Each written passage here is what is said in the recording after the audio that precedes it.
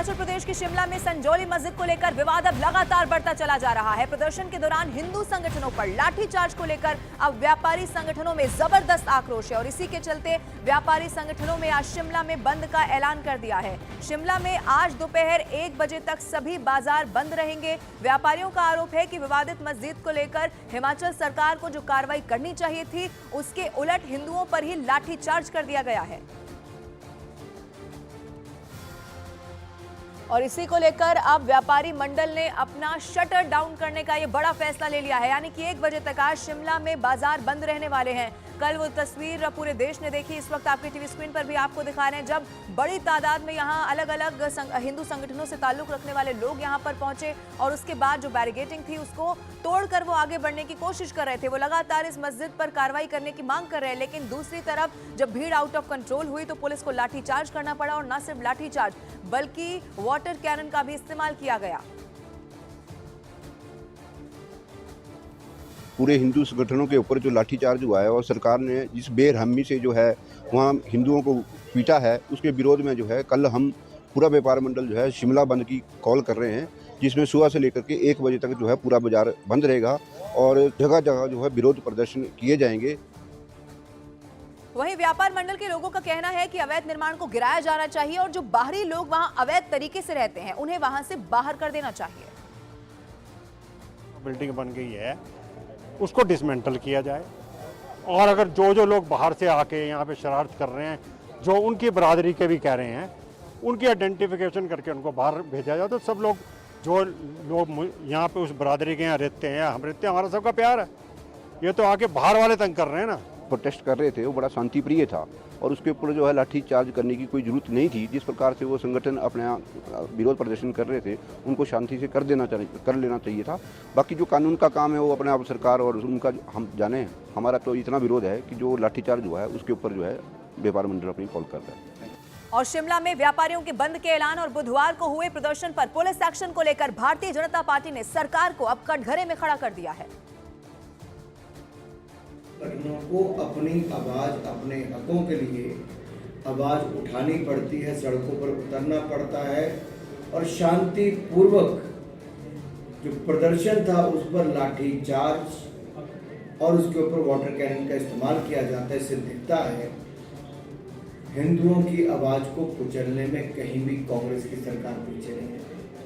ये तानाशाही रवैया, सनातन विरोधी कांग्रेस की मानसिकता बार बार देखने को मिली है और ये दुर्भाग्यपूर्ण है कि देवभूमि हिमाचल प्रदेश में आज हिंदू संगठनों को कुचलने का काम किया जा रहा है। संभावना पहले से लग रही थी कि हिंदू समाज में आक्रोश है और इसलिए हमने विधानसभा के अंदर इस मामले में कहा था कि इसकी संवेदनशीलता को ध्यान में रखते हुए सरकार गंभीरता से ले और समाधान की दिशा में क्या किया जा सकता है उस तरफ आगे बढ़े। लेकिन सरकार ने गंभीरता से लिया नहीं और मैं देख रहा था कि 163 का ने यहाँ नोटिफिकेशन क्रिया इम्पोज किया, यहाँ पर सारी चीज़ को लेकर के कि भी यहाँ लोग ना आए, 5 से ज़्यादा लोग ना पहुँचे, लेकिन उसके बावजूद लोग हज़ारों की संख्या में पहुँचे।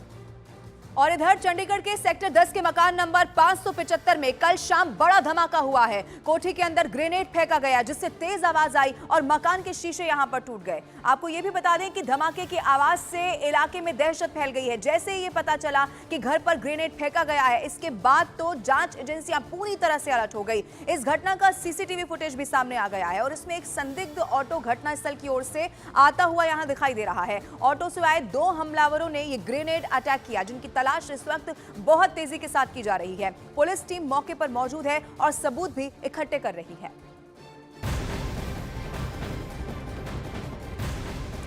और इस वक्त एक बड़ी खबर आपको बता दें, हरियाणा चुनाव से ठीक पहले चंडीगढ़ से खालिस्तानी साजिश की गंभीर खबर सामने आ रही है। बुधवार शाम चंडीगढ़ में एक घर पर ग्रेनेड से हमले से हड़कंप मच गया है।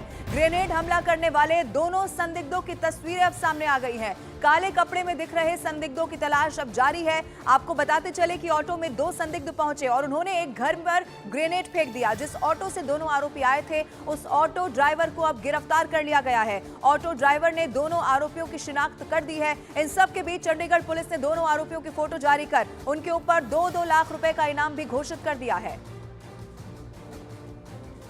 तो ये बड़ी खबर आपको बता रहे हैं चंडीगढ़ में कैसे यहां पर ऑटो से बदमाश पहुंचे और उसके बाद ग्रेनेड फेंका और उसके बाद फरार हो गए। हालांकि ऑटो ड्राइवर जो था उसे गिरफ्तार कर लिया गया है और इन दोनों की शिनाख्त भी हो चुकी है। इन दोनों पर 2-2 लाख रुपए का इनाम इसीलिए घोषित कर दिया गया है जिससे जल्द से जल्द इन तक पहुंचा जा सके, क्योंकि सूत्र ये बता रहे हैं कि हमले के पीछे खालिस्तान का हाथ हो सकता है और ये ऐसे वक्त में हुआ है जब वहां पर चुनाव होने वाले हैं। अब ऐसे में आपको बता दें कि इस पूरे मामले को लेकर इन्वेस्टिगेशन बहुत तेजी के साथ आगे बढ़ रही है।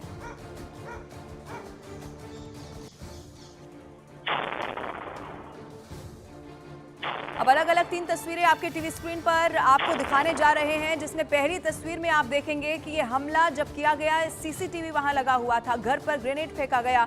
इस सीसीटीवी में पूरी वारदात कैद हो चुकी है। ऑटो ड्राइवर से पूछताछ की जा रही है। कई सारे बड़े खुलासे होने की संभावना है और दोनों फरार आरोपी जो इस वक्त आप तीसरी तस्वीर में न्यूज़ 18 इंडिया पर देख पा रहे हैं, इन दोनों आरोपियों पर 2-2 लाख का इनाम घोषित कर दिया गया है और कैसे इन तक जल्द से जल्द पहुंचा जाए, इस वक्त पुलिस की यहाँ पर यही कोशिश दिखाई पड़ती है। क्योंकि ग्रेनेड फेंकने वाले 2 हमलावर कौन है, क्या इनका जो संबंध है वो खालिस्तान से है, क्योंकि सूत्र ये बता रहे हैं इसमें खालिस्तानी एंगल हो सकता है और हर एंगल से अब इस पूरे मामले की जांच पड़ताल की जा रही है। खालिस्तानी साजिश का यहाँ पर खुलासा हो सकता है, ऐसा माना जा रहा है। हालांकि ऑटो ड्राइवर से जब पूछताछ हुई है उसे गिरफ्तार कर लिया गया है, तो उसने यहाँ पर दोनों लोगों की शिनाख्त यहाँ पर कर दी है और इसी पर अब इनाम घोषित कर दिया गया है। सीधा मैं रुक कर रही हूँ इस वक्त मनोज राठी मेरे साथ चंडीगढ़ से लाइव जुड़ रहे हैं। मनोज, अब ये तस्वीर हम न्यूज़ 18 इंडिया पर दर्शकों को दिखा रहे हैं, ये 2 आरोपी जिन पर 2-2 लाख का इनाम घोषित है, लेकिन खालिस्तानी एंगल भी हो सकता है। क्या इस वक्त आपके पास खबर है, इस पूरे मामले में क्या इस वक्त अपडेट मिल पा रहा है जांच पड़ताल को लेकर?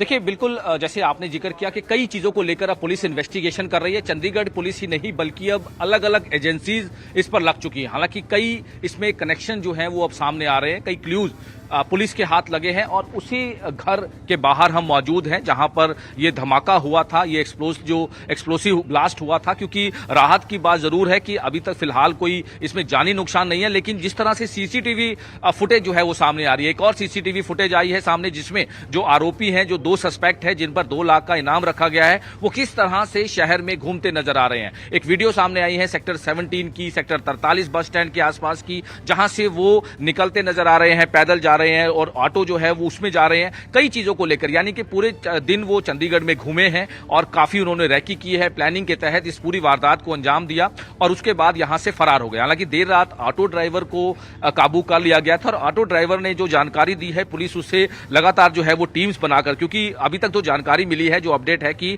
जो आरोपी हैं, जो सस्पेक्ट है जिन्होंने इस पूरी वारदात को अंजाम दिया, वो मोहाली साइड यानी कि पंजाब साइड वो निकले थे और उसके बाद वो 43 से अचानक गायब हो जाते हैं। हालांकि पुलिस अब इसमें इन्वेस्टिगेशन कर रही है और चंडीगढ़ पुलिस के साथ साथ इसमें जो एजेंसीज हैं, पंजाब की एजेंसी जो है, ऑपरेशन सेल है, स्टेट स्पेशल ऑपरेशन सेल है, वो इस पे काम कर रहा है और यही वो घर है। और इसमें आपको दिखा दें कि किस तरह से आरोपियों ने जो है वो ग्रेनेड टाइप फेंका और उसके बाद वो फरार हो गए। हालांकि जो घर के बाहर जो लॉन बना हुआ है, यहाँ पर जो है वो जो ढका हुआ है, पुलिस ने हालांकि उस चीज को एक टब से ढक दिया है, वहीं पर काफी गहरा खड्डा भी हुआ है। और उसके बाद देखिए शीशे जो है वो घर की खिड़कियों के सारे शीशे ब्रेक हो चुके हैं। नीचे की खिड़कियां जो है उसके शीशे ब्रेक हुए क्योंकि धमाका बहुत तेज था। ऊपर की अगर शीशों की बात करें, ऊपर के घर के उनके बिल्कुल शीशे हैं वो भी ब्रेक हो चुके हैं। यानी कि धमाका आप समझ सकते हैं कि किस तरह से ये धमाका हुआ। और उसके बाद हालांकि राहत की बात यह है कि घर परिवार के सारे लोग घर में मौजूद थे, लेकिन किसी भी तरह से कोई नुकसान जो है वो नहीं हुआ है। लेकिन धमाके के बाद कहीं ना कहीं सहम का माहौल है और ये पॉश एरिया है। ये भी बता दें कि आपको कि ये पॉश एरिया है चंडीगढ़ का सेक्टर 10 और बिल्कुल इसके नियर अबाउट अगर हम बात करें 1-1.5 किलोमीटर के अंदर अंदर यहाँ पर Punjab police headquarter, Chandigarh police headquarter, mini secretary, Chandigarh housing, पूरे मामले की इन्वेस्टिगेशन अलग अलग एंगल से की जा रही है। आपने बहुत इंपॉर्टेंट जानकारी दी और दूसरी तरफ अब पुलिस की भी कोशिश यही है, चूंकि दोनों पर 2-2 लाख का इनाम भी घोषित कर दिया गया है, जल्द से जल्द इन तक पहुंचा जा सके। और अब कोलकाता से एक बड़ी खबर मिल रही है, जहां कई जगह ईडी की छापेमारी हुई है। आरजीकर अस्पताल में भ्रष्टाचार के मामले में रेड हुई है। कोलकाता में 3 से 4 ठिकानों पर ईडी की रेड की खबर मिल रही है। पिछली रेड में बरामद हुए थे कई अहम दस्तावेज। अब दस्तावेज के आधार पर ये ईडी का बहुत बड़ा एक्शन माना जा रहा है। इस वक्त की ये बड़ी खबर आपको बता रहे, कोलकाता में कई जगह ईडी की छापेमारी की खबर है। आरजीकर अस्पताल में भ्रष्टाचार के मामले में ये बड़ी रेड हुई है। कोलकाता में 3 से 4 ठिकाने अभी तक बताए जा रहे हैं जहां ईडी की रेड हुई है। पिछली जब रेड हुई थी तब कई अहम दस्तावेज बरामद हुए। उन दस्तावेजों को खंगाला गया, उनकी जांच पड़ताल यहां पर की गई और उन्हीं दस्तावेज के आधार पर अब ईडी का ये बड़ा एक्शन देखने को मिला है। 3 से 4 ठिकाने अभी तक बताए जा रहे हैं जहां ईडी ने छापेमारी की है, लेकिन ये दायरा छापेमारी का और ज्यादा बढ़ सकता है, ये भी कहना गलत नहीं होगा। आरजीकर अस्पताल में भ्रष्टाचार का मामला और इसको लेकर ईडी पूरी तरह से एक्शन में। कोलकाता केस के खिलाफ जूनियर डॉक्टरों की हड़ताल को 1 महीने से भी ऊपर का समय हो चुका है, लेकिन जूनियर डॉक्टर अभी भी काम पर लौट नहीं रहे हैं और इसका सीधा असर मरीजों पर पड़ रहा है। सुप्रीम कोर्ट ने भी डॉक्टरों को काम पर लौटने का आदेश तो दिया था, लेकिन डॉक्टर इस पर राजी ही नहीं हुए। अब डॉक्टरों ने ममता सरकार के सामने नई मांग को रख दिया है और इसका असर अब कोलकाता में मरीजों की सेहत पर पड़ने लगा है। बंगाल में धरना बनाम इलाज पर खिंची तलवार। कोलकाता में 1 महीने से हड़ताल पर जूनियर डॉक्टर।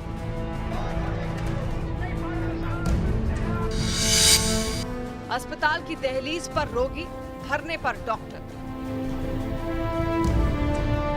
ये 2 तस्वीरें फिलहाल कोलकाता केस और उससे बने हालात की पूरी कहानी को बयां कर रहे हैं।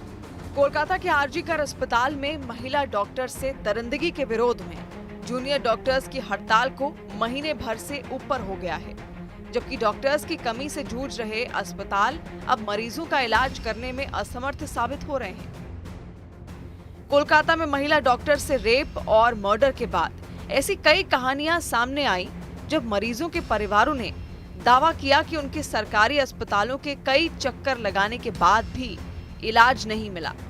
एक ऐसा ही मामला है सफीकुल इस्लाम का। परिवार ने दावा किया कि सफीकुल एक हादसे में घायल हो गया था, जिसके इलाज के लिए परिवार के लोग उसे कोलकाता के 2 अस्पतालों के 2 घंटे तक चक्कर काटते रहे और इलाज नहीं मिलने की वजह से आखिर में उसकी मौत हो गई। आरजीकर अस्पताल की घटना के विरोध में जूनियर डॉक्टर जहां इंसाफ और न्याय की गुहार लगा रहे हैं, वहीं दूसरी तरफ जूनियर डॉक्टर्स की हड़ताल मरीजों के लिए जानलेवा साबित हो रही है।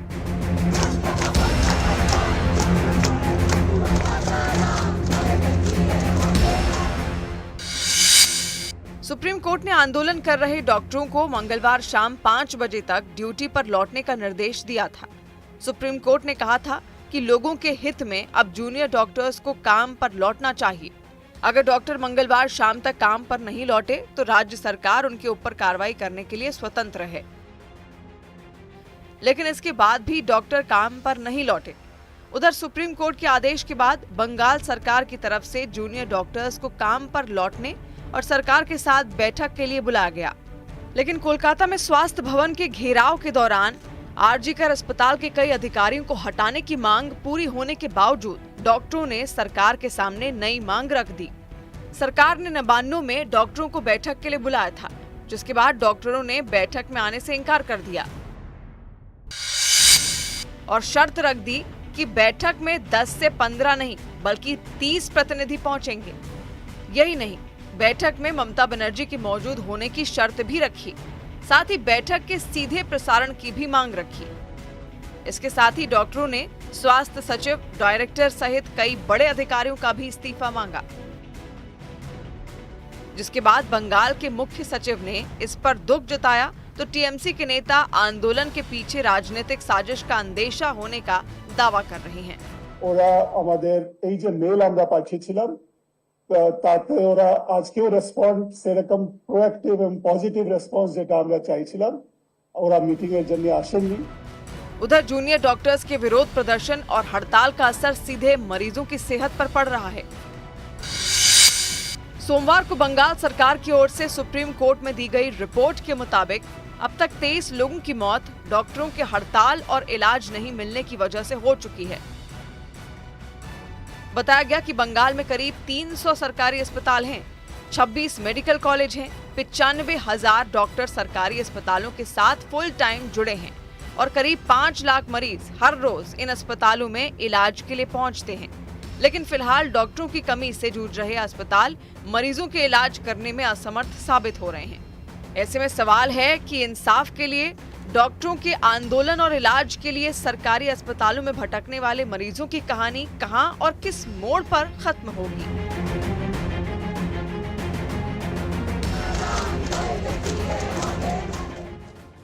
और उधर पश्चिम बंगाल के साउथ 24 परगना के डायमंड हार्बर में जजों की एक चिट्ठी से सियासी भूचाल आ गया है। इस चिट्ठी में जजों ने कलकत्ता हाईकोर्ट से अपनी सुरक्षा की गुहार लगा दी है। डायमंड हार्बर के जजेस की इस चिट्ठी में आरोप लगाया गया है कि उनके सरकारी आवास के बाहर संदिग्ध लोग देखे गए हैं। इस चिट्ठी में जजों ने अपने ऊपर हमले की साजिश का अंदेशा भी जाहिर कर दिया है। जजों के मुताबिक ये सब कुछ तब हुआ जब पॉक्सो कानून से जुड़े हुए मामलों में फैसले दिए गए।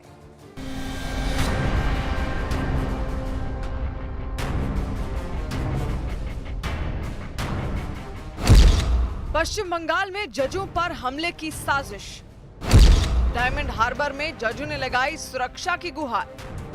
डायमंड हार्बर में जजों के आवास के बाहर दिखा संदिग्ध। पश्चिम बंगाल की सियासत में इस समय इस चिट्ठी ने तूफान मचा रखा है। ये चिट्ठी है साउथ 24 परगना के जजों की। इस चिट्ठी के मुताबिक डायमंड हार्बर में रहने वाले जज सुरक्षित नहीं हैं, क्योंकि उनके सरकारी आवासों के बाहर संदिग्ध लोगों की गतिविधियां शुरू हो गई हैं।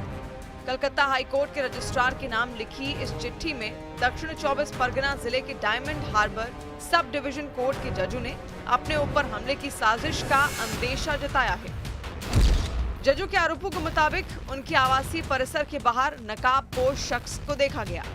उस अनजान शख्स ने जजों के आवास में घुसने की कोशिश भी की। जजों के दावे के मुताबिक वो बदमाश घातक हथियार से लैस थे। हालांकि उस समय जजों के घरों के बाहर मौजूद सुरक्षा कर्मियों ने उस अनजान शख्स की योजना को फेल कर दिया।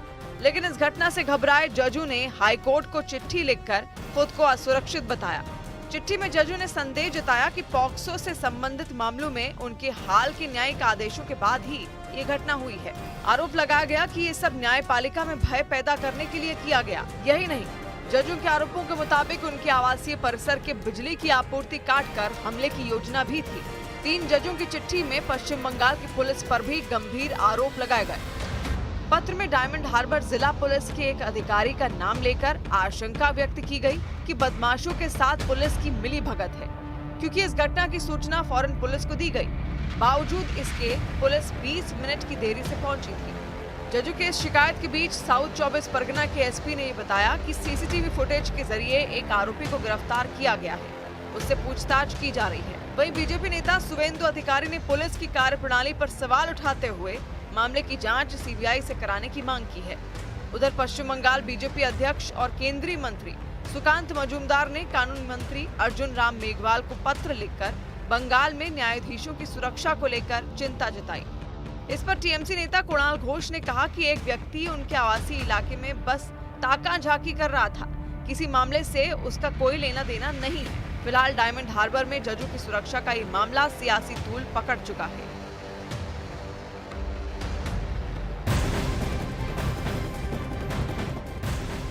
और अब बात हरियाणा विधानसभा चुनाव से जुड़ी हुई एक बड़ी खबर की करते हैं, जहां कांग्रेस ने 5 और सीटों पर अब उम्मीदवारों का ऐलान कर दिया है। 90 में से अब तक 86 सीटों पर उम्मीदवार घोषित किए जा चुके हैं। कांग्रेस की कल की लिस्ट में राज्यसभा सांसद रणदीप सुरजेवाला के बेटे का भी नाम शामिल है।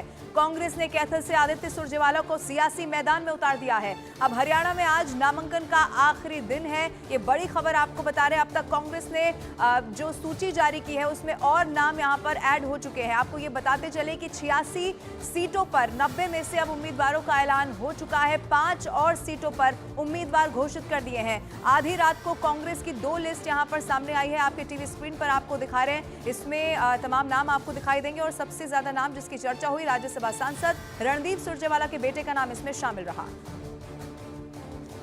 और नामांकन की तारीख से चंद घंटे पहले कांग्रेस ने देर रात को 2 सूचियां जारी कर दी। इनमें पंचकूला से चंद्रमोहन को टिकट दिया गया है। वहीं कभी कैथल से चुनाव लड़ते रहे पार्टी के नेता रणदीप सुरजेवाला के बेटे को चुनावी मैदान में उतार दिया गया है। फिलहाल कांग्रेस नेता और मौजूदा सांसद कुमारी सैलजा का इस लिस्ट में नाम यहां पर नहीं है। अब हरियाणा में आम आदमी पार्टी ने उम्मीदवारों की छठी सूची दूसरी तरफ जारी कर दी है। आम आदमी पार्टी ने 89 उम्मीदवारों की सूची जारी की है। कालका विधानसभा से ओम प्रकाश गुर्जर होंगे उम्मीदवार। पंचकूला विधानसभा से प्रेम गर्ग को चुनावी मैदान में उतारा गया है। अंबाला सीट से आपको बता दें, अंबाला सिटी से केतन शर्मा उम्मीदवार होंगे। पानीपत सिटी विधानसभा से रितु अरोड़ा को उम्मीदवार बनाया गया है। ये सूची आम आदमी पार्टी की तरफ से जो जारी की गई वो इस वक्त आपके टीवी स्क्रीन पर आपको दिखा रहे हैं। ये छठी लिस्ट है। अभी तक 89 उम्मीदवारों की सूची जारी कर चुकी है आम आदमी पार्टी।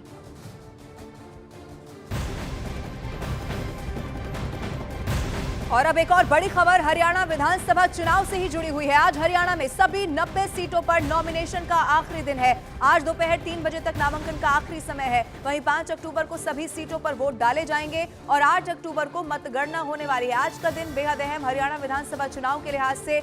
ये बड़ी खबर आपको बता दें, नामांकन का आज आखिरी दिन है। इसके बाद 5 अक्टूबर का वो दिन होगा जब सभी यानी कि 90 सीटों पर वोट डाले जाएंगे और फिर 8 अक्टूबर का वो दिन जब नतीजे सबके सामने आ जाएंगे यानी मतगणना होगी। हरियाणा चुनाव के लिए जननायक जनता पार्टी और आजाद समाज पार्टी ने हरियाणा विधानसभा चुनाव के लिए 13 उम्मीदवारों की सूची जारी कर दी है और इस लिस्ट में 9 उम्मीदवार जननायक जनता पार्टी के हैं, जबकि आजाद समाज पार्टी के 4 प्रत्याशियों को इसमें मौका मिला है। दुष्यंत चौटाला की जेजेपी ने करनाल से जितेंद्र रायल, पानीपत शहर से रविंद्र मिन्ना को टिकट दे दिया है। तो आजाद समाज पार्टी की बात की जाए तो यहां से आपको बता दें, भिवानी से जुगनू मेहरा, बहादुरगढ़ से बलवान सिंह को चुनावी मैदान में उतार दिया गया है। हरियाणा विधानसभा चुनाव के लिए तमाम पार्टियां इस वक्त पूरी तैयारी के साथ जुटी हुई दिखाई दे रही हैं और इसी बीच एक तरफ कांग्रेस, आम आदमी पार्टी और भारतीय जनता पार्टी है, तो दूसरी तरफ आप देखिए इसी हरियाणा विधानसभा चुनाव के लिए जननायक जनता पार्टी और आजाद समाज पार्टी ने हरियाणा विधानसभा चुनाव के लिए 13 उम्मीदवारों की एक नई सूची जारी कर दी है।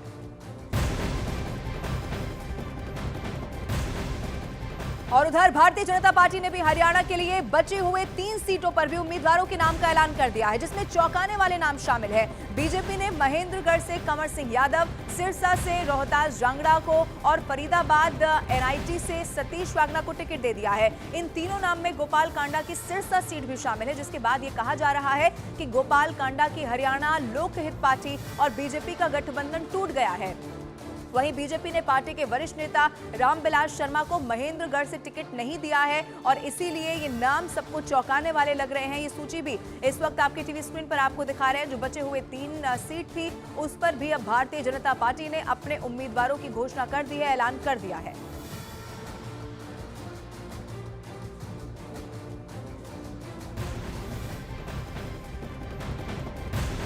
और उधर भारत की सबसे अमीर महिला सावित्री जिंदल आज फिर से कांग्रेस में शामिल होने जा रही हैं। सावित्री जिंदल भारतीय जनता पार्टी की सांसद नवीन जिंदल की मां है। वो पहले भी कई बार विधायक रह चुकी हैं और हरियाणा सरकार में भी मंत्री रह चुकी हैं। बीजेपी से हिसार से टिकट नहीं मिलने के बाद सावित्री जिंदल ने कहा था कि वो कभी बीजेपी में शामिल ही नहीं हुई थी और अब वो आज कांग्रेस में शामिल होने जा रही हैं। एक बड़ी तस्वीर यहां पर आज देखने को मिलने वाली है। पहले भी कई बार आपको बता दें, सावित्री जिंदल विधायक रह चुकी हैं।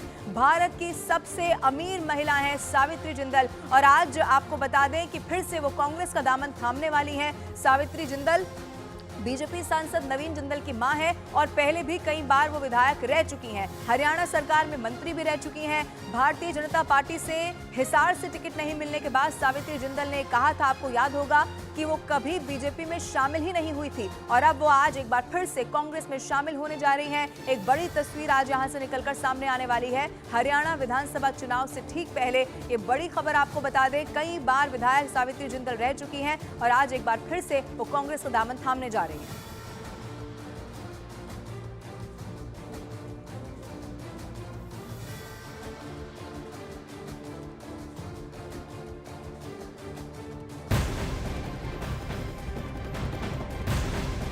और अब बात आसमान से बरस रही आफत की करते हैं। हिमाचल प्रदेश में लगातार जारी बारिश ने लोगों की मुश्किलें बहुत ज्यादा बढ़ा दी हैं। अब इन सब के बीच मंडी में एक मकान लगातार जारी तेज बारिश की भेंट चढ़ गया। हालांकि गनीमत ये रही कि उस वक्त घर में कोई भी मौजूद नहीं था, वरना एक बड़ा हादसा हो सकता था, जो इस तस्वीर को देखकर भी अंदाजा लगाया जा सकता है। आप देखेंगे 1 सेकंड से भी कम का समय और एक बड़ा मकान यहाँ पर कैसे धराशायी हो गया। ताश के पत्ते की तरह ये मकान 1 सेकंड से भी कम वक्त में यहाँ पर कैसे बिखर गया है। अब आप सोचिए कि यहाँ पर अगर घर के भीतर कोई मौजूद होता तो एक बड़ा हादसा यहाँ पर हो सकता था, लेकिन गनीमत रही कि यहाँ उस वक्त घर के भीतर कोई भी मौजूद नहीं था। मध्य प्रदेश के मुरैना में झमाझम बारिश के चलते पगारा डैम ओवरफ्लो हो गया है, जिसके बाद डैम के 6 गेट खोल दिए गए और इन सब के बीच वहां मौजूद 4 दोस्त सैलाब में बह गए, जिसमें से 2 के शव बरामद कर लिए गए हैं और 1 की जान बचा भी ली गई है। वहीं लापता 1 की तलाश अब भी की जा रही है। मध्य प्रदेश के मुरैना का भी बहुत खराब हाल इस वक्त बाढ़ बारिश के बाद हो चुका है। हालांकि बताया ये जा रहा है कि अभी भी एक व्यक्ति जो लापता है उसकी तलाश अब लगातार की जा रही। 2 की मौत हो चुकी है, 1 को बचाया जा चुका है। मध्य प्रदेश की मुरैना की ये तस्वीर जहां बारिश बाढ़ का सितम जारी है, सैलाब बहुत ज्यादा था और इन सब के बीच 4 दोस्त यहां पर इस तरह से पानी में बहे। 2 की मौत हो गई, 1 को बचाया गया और 1 अब भी लापता है। उसे ढूंढने की तमाम कोशिश इस वक्त वहां की जा रही है।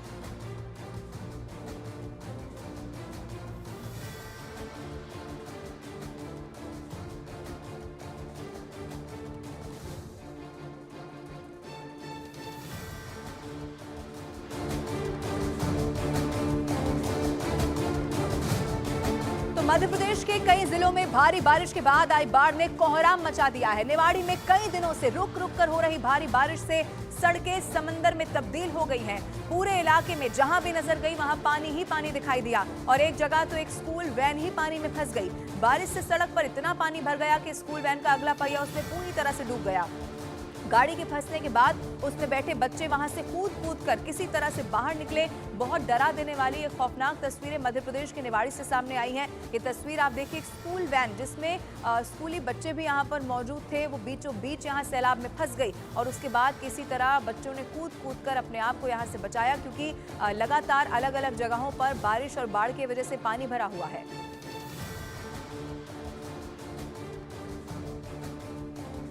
और मध्य प्रदेश के ही मंडला में भी आसमानी आफत इस वक्त जारी है, जिसकी वजह से नर्मदा नदी पूरी तरह से उफान पर आ चुकी है। हालात तो ऐसे हो गए हैं कि पुल के ऊपर से नदी का पानी बहने लगा है। बताया गया कि नर्मदा नदी खतरे के निशान से 3 फीट ऊपर बह रही है। इसके बाद प्रशासन अलर्ट पर है, लोगों को नदी के पास जाने से रोका जा रहा है। सुरक्षा व्यवस्था के लिए SDRF और होमगार्ड के जवानों की तैनाती कर दी गई है।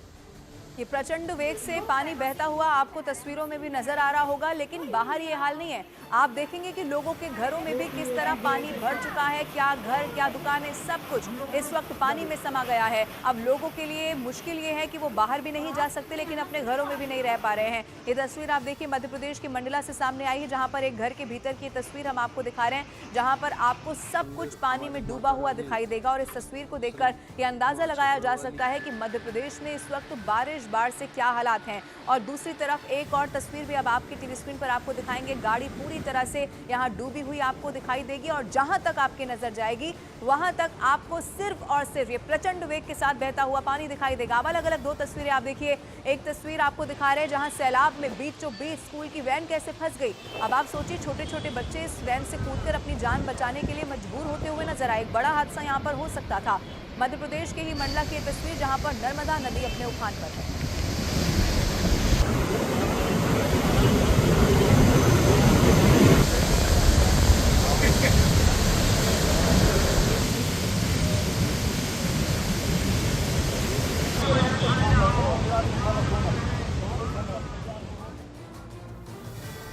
और उधर मध्य प्रदेश के सीहोर में 2 दिनों से लगातार हो रही बारिश से लोगों की परेशानी बहुत ज्यादा बढ़ गई है। शहर के कई इलाके अब पूरी तरह से जलमग्न हो चुके हैं। हालात ऐसे हो गए हैं कि सैलाब में गाड़ियां बहने लगी। ऐसा ही एक वीडियो सामने आया है जिसमें एक कार बहते हुए दिखाई दी है, जो अब सोशल मीडिया पर भी बहुत तेजी के साथ वायरल हो रहा है। बीचों बीच आपको ये फंसी हुई पहले तो गाड़ी दिखाई देगी और आपको ये भी नजर आएगा कि कैसे सैलाब के कहर में ये एक कार बह गई है। लोग हालांकि इसे पूरी तरह से कैसे कंट्रोल में किया जाए कोशिश कर रहे हैं, लेकिन इस तस्वीर को देखकर भी समझा जा सकता है कि इस वक्त प्रचंड वेग के साथ जब वहां पानी बह रहा है, नदियां उफान पर आ चुकी हैं, तो कैसे कारें डूब रही हैं, लोगों के घरों में पानी घुस रहा है। इसके अलावा कई जगहों पर हादसे की भी इसी वजह से तस्वीरें सामने आ रही हैं। ये तस्वीर मध्य प्रदेश की इस वक्त आपकी टीवी स्क्रीन पर।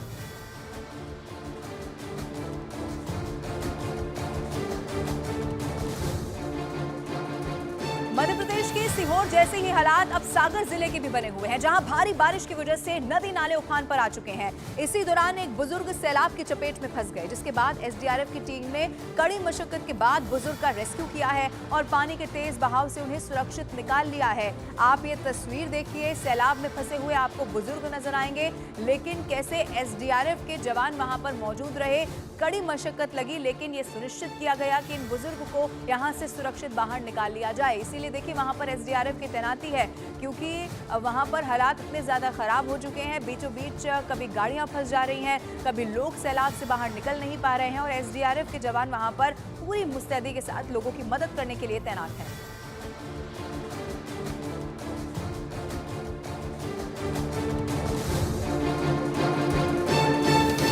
मध्य प्रदेश के एक और जिले यानी कि टीकमगढ़ में रात भर हुई बारिश के बाद नदी नाले उफान पर आ चुके हैं। हालात ऐसे हो गए हैं कि बांसुजरा बांध के 12 गेट खोलने पड़े हैं, जिसके बाद करीब 2500 क्यूसेक पानी छोड़ा गया।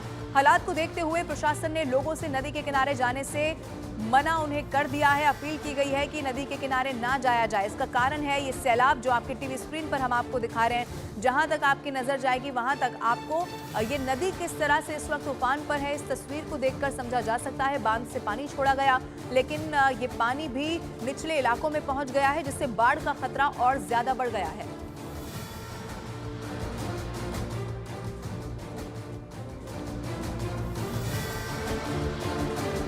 और मध्य प्रदेश के बाद अब बात राजस्थान की भी करते हैं। राजस्थान के धौलपुर में भारी बारिश के बीच बकरियां चराने गए 10 से 15 बच्चे सैलाब के बीच एक टापू पर ही फंस गए, जिसकी जानकारी जब प्रशासन को मिली तो एसडीआरएफ की टीम को रेस्क्यू के लिए यहां भेजा गया है। इसके बाद एसडीआरएफ की टीम ने कड़ी मशक्कत के बाद सभी बच्चों को सुरक्षित बचा लिया। ये राजस्थान के धौलपुर से तस्वीर सामने आई है। ये वही धौलपुर है जहां अभी भी भारी बारिश का अलर्ट जारी किया गया है। टापू पर 10 से 15 बच्चे जो बकरियां चराने के लिए गए थे वो यहां फंस गए, लेकिन जैसे ही इसकी जानकारी एसडीआरएफ को पहुंचाई गई, एसडीआरएफ के जवान यहां पहुंचे, कड़ी मशक्कत लगी, लेकिन बच्चों को सुरक्षित बचा लिया गया।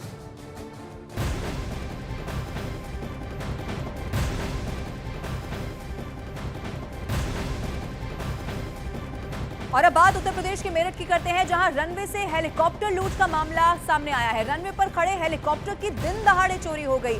दिन दहाड़े हेलीकॉप्टर खोलकर ये चोर ले गए। 10 मई 2024 की वारदात बताई जा रही है। वारदात के 4 महीने के बाद ये मामला दर्ज किया गया है, लेकिन ये बहुत चौंका देने वाली खबर है। इससे पहले चोरी की कई सारी वारदातें आपने देखी और सुनी होंगी, लेकिन रनवे से हेलीकॉप्टर ही लूट लिया जाए। अब ऐसे में आपको बता दें कि रनवे पर खड़े हुए हेलीकॉप्टर को दिन दहाड़े चोरी किया गया है। दिन दहाड़े हेलीकॉप्टर खोलकर ये चोर ले गए।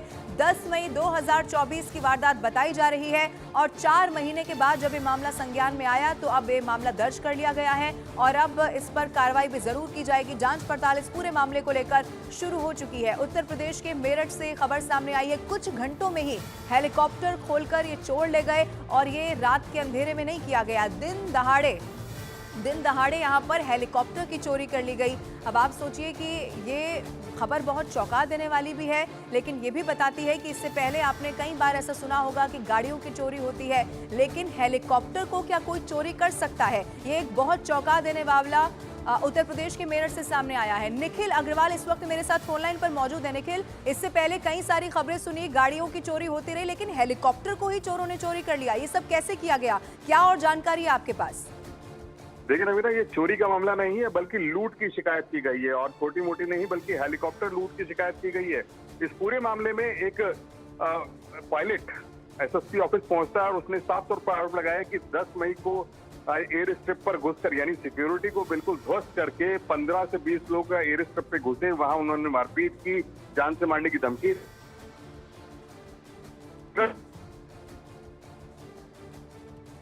लूट, क्योंकि वहां कर्मचारी भी मौजूद थे, उनको मारा पीटा गया और उन्हें धमकी भी दी गई और उस बात की शिकायत अब जाकर उन्होंने मेरठ पुलिस से की। यानी बड़ा वक्त है, 10 मई की वारदात की शिकायत अब जाके सितंबर में हुई है। इस बीच जब एसएसपी मेरठ ने पूछा कि अब क्यों आए पूरे मामले को लेकर, तो उन्होंने कहा कि इस पूरे मामले में मैंने कई बार अपने ऑफिशियल्स को यानी जो पूरे मामले को देखते हैं यानी जो एरोनॉटिक्स को देखते हैं उनसे शिकायत की थी, लेकिन अब तक इस पूरे मामले में कुछ नहीं हो सका। यानी चोरी छुप पे एक लिखता है और शिकायत होता है और चला जाता है, ना ही कोई मीडिया इंटरेक्शन हुआ और न ही इस पूरे मामले में अभी तक पुलिस की तरफ से कोई वर्जन आया है। पुलिस के पास शिकायत आई है और शिकायत पर अब एएसपी ब्रह्मपुरी जांच कर रहे हैं। अगले 4 से 5 दिन में जांच करके बताएंगे कि हेलीकॉप्टर लूट कैसे हुआ, किन हालात में इस हेलीकॉप्टर को यहाँ से लोग ले गए और कितनी सच्चाई है इन आरोपों में कि क्या हेलीकॉप्टर लूट जैसी वारदात हुई तो पुलिस के मेरठ में। जी ठीक है निखिल, आप नजर बना के रखिएगा। फिलहाल बहुत शुक्रिया। न्यूज़ 18 इंडिया चौपाल, एक ऐसा मंच जहां जब जब बात निकलेगी तो सिर्फ दूर तक नहीं बल्कि दुनिया के कोने कोने में जाएगी, क्योंकि इस बार बात होगी भारत के वैश्विक महाशक्ति बनने के लक्ष्य पर। सरकार, समाज, सेलिब्रिटी और स्पोर्ट्स स्टार्स के साथ न्यूज़ 18 इंडिया चौपाल देखिए सिर्फ न्यूज़ 18 इंडिया पर।